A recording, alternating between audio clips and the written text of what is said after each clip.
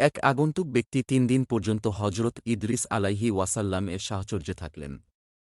তার আচরণাদি লক্ষ্য করে হজরত ইদ্রিস আলাইহি ওয়াসাল্লামের মনে সন্দেহের উদ্রেক হল যে এ ব্যক্তি নিশ্চয় কোনো মানুষ নয়।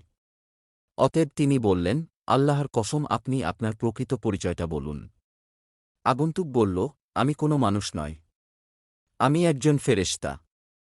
আমার নাম মালাকুল মউত আজরাইল। হজরত ইদ্রিস আলাইহি ওয়াসাল্লাম বললেন, আপনি কি দুনিয়ার যাবতীয় প্রাণীর জান কবজ করিয়া থাকেন? মালাকুল মউত বললেন, হ্যাঁ। হজরত ইদ্রিস আলাইহি ওয়াসাল্লাম বললেন, তবে মনে হয় আপনি আমার জান কবজ করতেই এসেছেন। মালাকুল মউত বললেন, না, আপনার সাথে ভ্রাতৃত্ব স্থাপন করতে এসেছি। আমার একান্ত বাসনা আপনিও আমার এ প্রস্তাবে রাজি হবেন।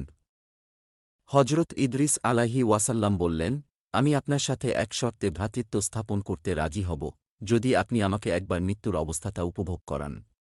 যদি আপনি আমাকে এখনই একবার মৃত্যুর অবস্থাটা উপভোগ করান তাহলে আমার অনেক উপকার হতো। মৃত্যুর ভয়ে আমি বেশি করে আল্লাহর ইবাদত করতে পারতাম।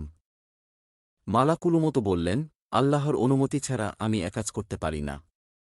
আল্লাহ এখনও আপনার জান কবজ করার হুকুম আমাকে দেননি। হজরত ইদ্রিস আলাইহি ওয়াসাল্লাম বললেন, আপনি আল্লাহর নিকট হতে অনুমতি চেয়ে নিন। মালাকুল মউত আল্লাহর নিকট অনুমতি প্রার্থনা করলে আল্লাহ তাকে অনুমতি দেন।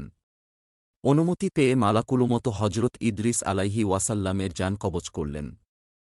জান কবজ করার পর মালাকুল মউত আজরাইল আলাইহি ওয়াসাল্লাম পুনরায় আল্লাহর কাছে প্রার্থনা করলেন হজরত ইদ্রিস আলাইহি ওয়াসাল্লামের জান ফিরিয়ে দেওয়ার জন্য। আল্লাহ তার প্রার্থনা কবুল করলেন। অতঃপর ফেরেশতা আজরাইল আলাইহি ওয়াসাল্লাম হজরত ইদ্রিস আলাইহি ওয়াসাল্লামকে জিজ্ঞাসা করলেন, ভাই ইদ্রিস, জান কবজ করার সময় আপনার কিরূপ লেগেছিল? হজরত ইদ্রিস আলাইহি ওয়াসাল্লাম বললেন, কোনো জীবিত প্রাণীর শরীরে চামড়া মাথা হতে পা পর্যন্ত খসে তুলে ফেললে প্রাণীটির যে রূপ কষ্ট হয়, আমারও সে রূপ কষ্ট হয়েছে। মালাকুল মউত বললেন, ভাই ইদ্রিস, আমি আজ পর্যন্ত যত জান কবজ করেছি এত সহজে কারো জান কবজ করিনি। হজরত ইদ্রিস আলাইহি ওয়াসাল্লাম হযরত আজরাইল আলাইহি ওয়াসাল্লামকে বললেন, আমার মনে দোজখ দেখার খুব স্বাদ জেগেছে। যদি আপনি আমাকে দোজখ দেখাতেন তবে আমি দোজখের ভয়ে ইবাদত-বন্দেগীতে আরও বেশি মনোযোগী হতে পারতাম। মালাকুল মউত তাকে দোজখ দেখাতে দোজখের দরজায় নিয়ে গেলেন। তিনি দোজখ দেখার পর বললেন, ভাই আজরাইল, আমার মনে বেহেশত দেখার বড়ই স্বাদ জেগেছে। যদি আপনি আমার এই স্বাদটি পূর্ণ করতেন তাহলে আপনার প্রতি চিরকৃতজ্ঞ থাকতাম।